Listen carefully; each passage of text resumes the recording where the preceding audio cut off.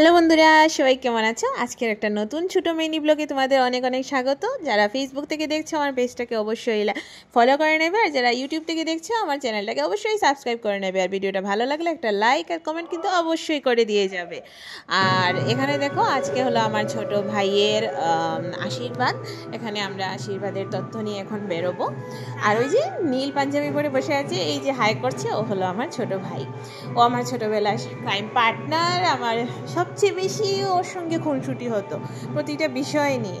সেই ভাইটার আজকে বিয়ে বলতে আশীর্বাদ, কিন্তু বিয়ে হলো সামনে।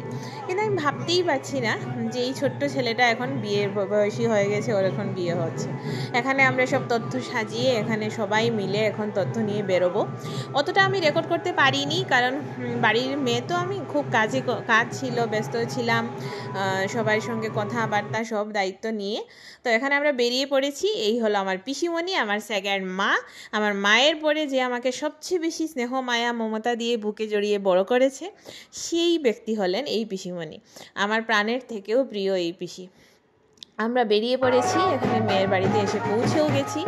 এই হলো আমার ভাইয়ের বউ, হবু বউ, আমাদের আদরের ছোট ভাইয়ের বউটা, যে আমাদের ফ্যামিলিতে এখন অ্যাড হয়ে গেছে। এখন ও আমাদের ফ্যামিলি মেম্বার, আমাদের সব আড্ডার আসরে এখন ও থাকবে।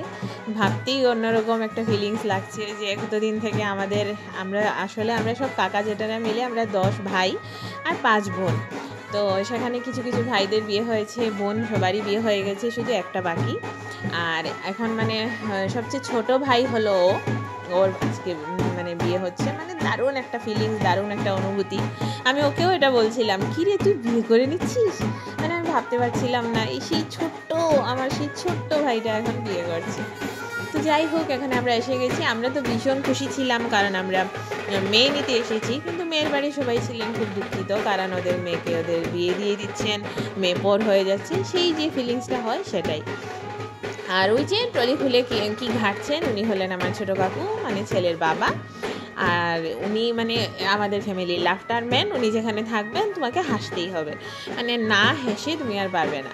যে হাসে না জীবনে, তাকেও হাসতে হবে।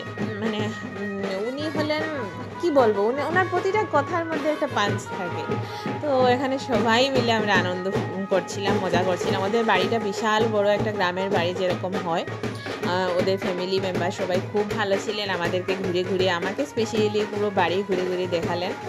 তো আমি অতটা রেকর্ড করতে পারিনি, কারণ আমার ছেলেটাও খুব জ্বালাচ্ছিল। তো সব মিলে যতটা পেরেছি ততটা আমি রেকর্ড করেছি। বিয়েতে আমি চেষ্টা করব পুরো ব্লগটাই আনার। আজকে মিনি ব্লগটাই এনেছি। তোমরা অবশ্যই আমার প্লিজ পাশে থাকবে। আর ভিডিওটা কেমন লাগলো সেটা কিন্তু কমেন্ট করে অবশ্যই জানাবে। আর এখানে ঠাকুরমশাই আশীর্বাদের কাজ শুরু করে দিয়েছেন। এখানে আশীর্বাদ হচ্ছে, মনে হচ্ছে এই তো সেদিন আমার আশীর্বাদ হলো, কিন্তু আসলে তো না, আমার বিয়ের তো 10 বছর হয়েও গেছে। তো এই স্মৃতিগুলো জীবনে খুব দরকার, খুব জরুরি। আর এখানে যে তথ্যগুলো সাজানো দেখতে পাচ্ছ, এই সব আমার ছোটো বোনটা সাজিয়েছে। আমি তো যেতে পারিনি অত আগে, আমি তো মাত্র গিয়েছিলাম পরশুদিন। তো এই যে পুতুলটা, ডলটা, সব তথ্য আমার বোনটা নিজের হাতে সাজিয়েছে। ও না ভীষণ এই কাজগুলো ভালো পারে, সেলাই বোনাই থেকে ধরে হাতের কাজ, ওইগুলোতে খুব এক্সপার্ট, খুব পারদর্শী। তো এই সবগুলো ওই করেছে। আর এখানে ওকে আশীর্বাদ পর্ব শুরু করা হয়ে গেছে আমার ভাইয়ের বউকে। এখানে একজন করে সবাই মিলে আমরা ওকে আশীর্বাদ করব। তারপর না অনেক কিছু হয়েছে, অনেক মজা হয়েছে, বাজনা বাজছিল, অনেক গল্প চলছিল, খাওয়া দাওয়া, ওদের বিশাল খাওয়া দাওয়ার আয়োজন হয়েছিল। কিন্তু আমি সেগুলো আর রেকর্ড করতে পারিনি, কারণ আমার ছেলে আমার মোবাইল নিয়ে চলে গিয়েছিল। তো যা হয় আর কি, মায়েদের একটা বিশাল সমস্যা। তো এখন আমার ছোটো কাকু আশীর্বাদ করছে। ওর মন খুব খারাপ ছিল, কারণ ও ফিল করছিল যে আর তো কটা দিন মা বাবাকে ছেড়ে চলে যেতে হবে। তো ছোটো কাকু এটাই বলছিল যে এরকম ভাববে না মা, আজকে থেকে তুমিও আমার মেয়ে, আমি তোমার বাবা, তোমার কোনো সেরকম ভাবনা নেই। আর যখন ইচ্ছে হবে তখনই তুমি আসতে পারবে, তুমি আমাকে বলো, আমি তোমাকে নিজে গাড়ি চালিয়ে নিয়ে আসবো। এরকম একটা কথা বলার মানুষ বা এরকম একটা কি বলবো, একটা ফ্যামিলিতে যদি কোনো মেয়ে বউ হয়ে আসে না, তার আর কোনো চিন্তা থাকে না জীবনে। আর আমার ছোটো কাকু যেরকম মানুষ, মানে কি বলবো, ও হয়তো নিজের বাবাকে ভুলেই যাবে। কারণ ছোটোবেলা থেকে উনি আমাদের সব বোনেদের মা মা করে কথা বলতেন, এখনও বলেন। মানে আমাদের সঙ্গে আমরা কোনোদিন বুঝতে পারিনি, মানে এত আদর পেয়েছি না ওনার কাছ থেকে যে ভাষায় প্রকাশ করা যাবে না। আমাদের সঙ্গে কি ভীষণ লাগালাগি করতেন, কত আদর, এখনও করছেন, এখনও করেন, এমন না যে করেন না।